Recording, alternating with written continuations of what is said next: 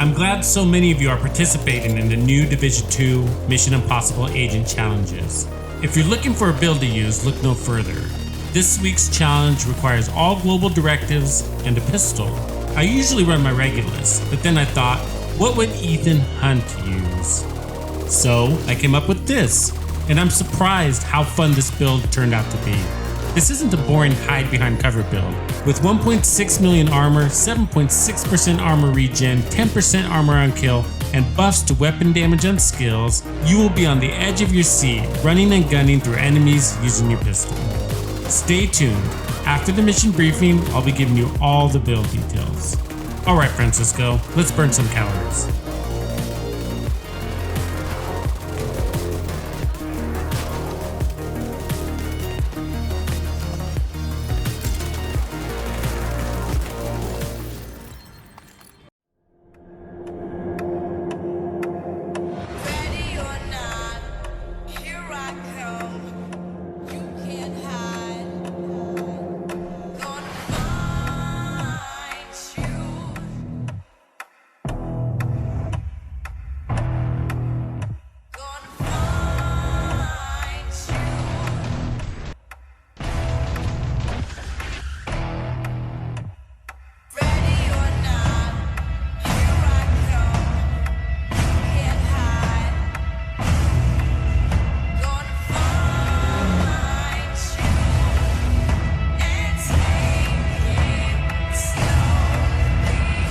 Your mission this week, should you choose to accept it, involves recovery of 2 southern territories, designated links. Eliminate all hostile activities in the zone and capture these 7 control points. Agent, remember, not just any build will work. It's imperative you choose your build wisely.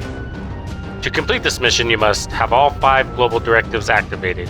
Use only your pistol. Not use skill heals or revive hives. Complete the mission in a single session. As always, if you or any member of your force be caught or killed, the division will disavow all knowledge of your actions. And Agent, if this happens, you must reset your control points and start over. You may select any 3 team members, but it's essential that you recruit at least 1 agent to complete this mission with you. You have 7 days to complete the mission with your team. Rendezvous at Tux's Discord to check in using codename LINKS to be eligible for the Mission Impossible Challenge rewards. More details will be waiting for you there. You can also do the same on Tux's Twitter. This message will self-destruct in 5 seconds. Each week, the agent challenges will be different. So every week, I'll be giving you something new to roll with. Most of you already know, but in case you're new here, there's a Mission Impossible dedicated channel on my Discord for you to rally on, connect with other agents, discuss builds for the challenge, and team up. You'll want to check that out.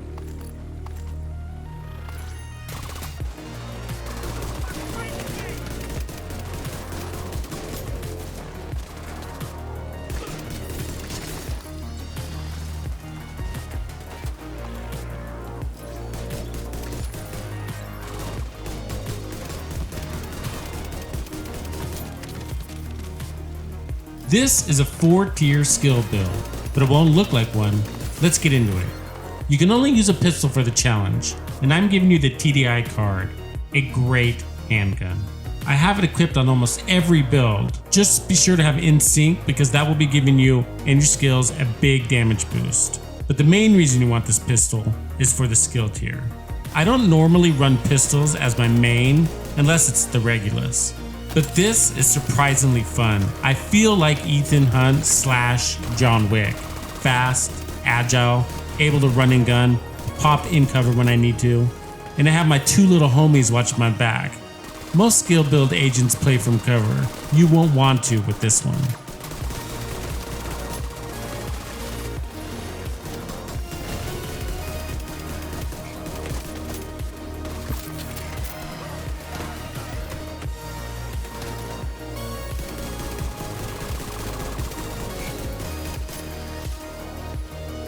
My mask is my first piece of Bellstone for 1% armor regen. I've got armor regen, skill damage, and protection from elites. We're rolling with over 1.6 million armor, 10% armor on kill, and 121,000 armor regen per second at full tilt. which is 7.6% armor regen per second.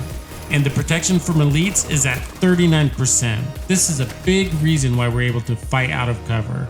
That and the bonus armor and the damage boost we're getting from the memento trophies. Most skill builds don't get to take full advantage of the short-term buffs from this backpack, but this pistol build does, as you can see.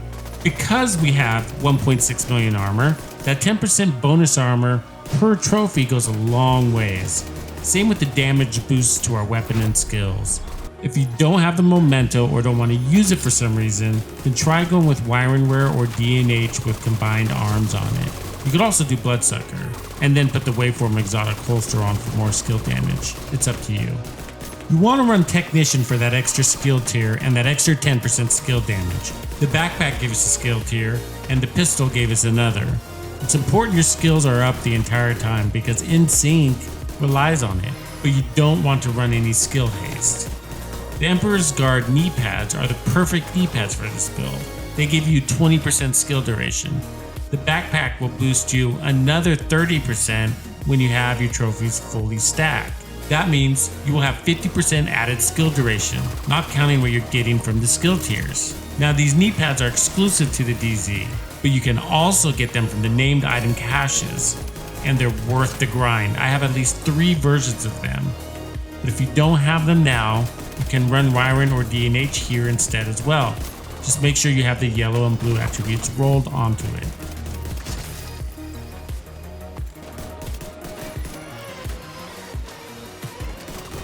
The Striker drone doesn't look like much on paper. It's tier 4, but these numbers are not counting In Sync, the memento trophies, or the chest piece, all of which give over 75% skill damage boost. That's enough. Same goes for the turret. Look at my armor throughout this engagement. It hardly ever falls. That regen, bonus armor, and armor on kill we're getting keeps us at full armor almost full time. That's going to give you confidence to step up. Just know your limits. You're not invincible, of course.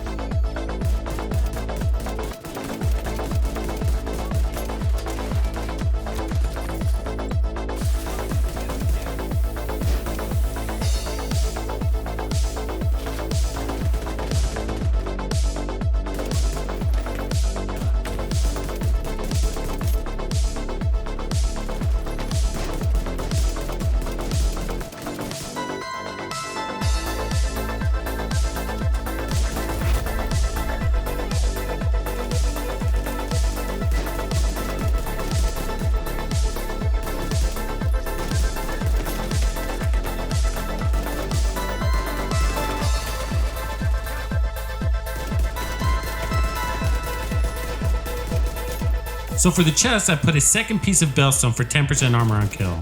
This is vital for chain killing. Look at it like a turbocharge for your armor regen. This keeps you from having to wait behind cover until your armor recovers after you take some heat. And since you have 2 little robotic buddies, they're kicking this in for you too. So we have weapon handling on this chest piece, which isn't the worst thing, but if you can put skill damage there instead, go for it. For the talent, we have Kinetic Momentum, which provides 15% skill damage boost to each skill. I know this is an Ethan Hunt build, but you know in John Wick when he teams up with Halle Berry and her 2 dogs to kick some ass? Using this build feels just like that fight scene, the skills being the attack dogs. You'll see what I mean when you get this build going.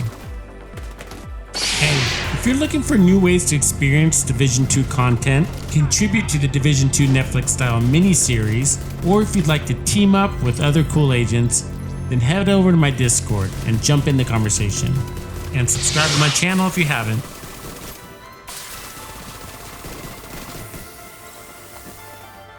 What do you all think about Bellstone Armory brand set? I think it might be the MVP of the brand sets in Division 2. It's definitely better than Gilligard, Bulwark, and Golem gear, if I dare to say. It basically has a place in almost every build. That's because when it comes to survivability, it's not so much the armor as it is your recovery from damage. This set brings you 1 part armor, 2 parts recovery. Is it one of your favorite brand sets too? Let me know in the comments. I'll be giving you a high-level view of the build in just a moment. So keep in mind we're running all directives here. That means Ragers is on, which makes these enemies a little tougher to bring down than usual. But to be honest, I don't feel like we're having a problem with that using this build. It's not the fastest time to kill in the game, but pretty darn good for having the survivability to be out of cover, like we are here.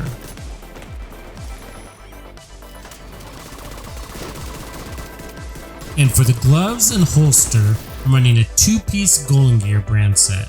Not for the status effects, but for the 1% Armor Regen. This comes with Armor Regen, and make sure you have skill damage rolled on each piece. I've put together this build this way because the Mission Impossible challenge says if we die, we have to start over. But we can't have revive hives, nor heals. Well, there are many ways to approach this build. You could go all in on the skill damage with 6 skill tiers. You could also go with efficient for extra medkits, as well as the close to backpack for the extra medkit and overcharge. Overcharge wouldn't hurt at all. Oh, here's an idea. You could pick an explosive run and gun build from this build set I created. These are some of my favorite skill builds. Just watch the bodies hit the floor. All you have to do with these builds is just swap out the main gun for the card, which will work great with this setup. I'll put a link here and in the description area below. Check it out.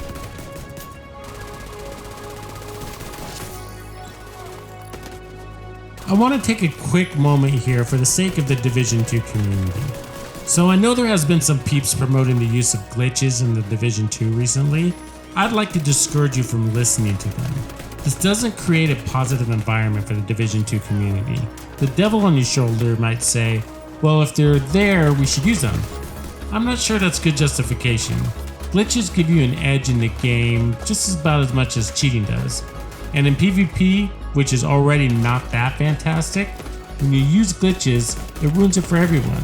It's not fun to play against someone who is cheating. It's not a challenge neither. It just creates a toxic environment full of bitterness and hate. The devs have made examples out of chunks of the player base for using glitches to their advantage. In fact, recently, players have been getting banned for glitches being promoted by a certain YouTuber. If you want the Division 2 to continue to grow, we have to stand for something as a community. We have to stand for something as an individual. Hold yourself accountable.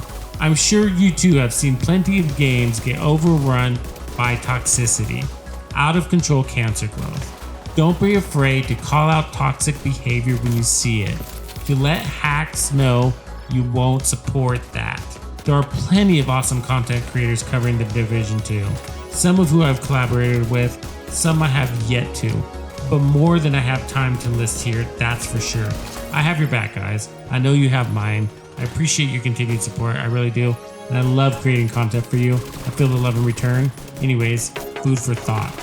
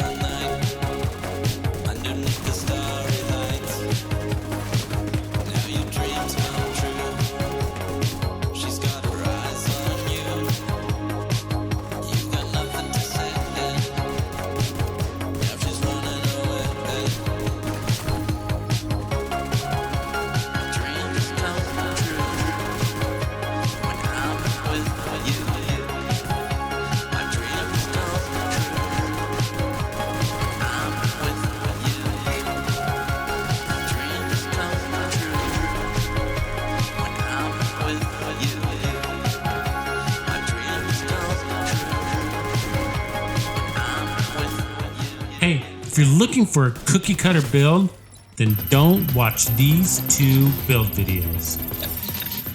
Tux out.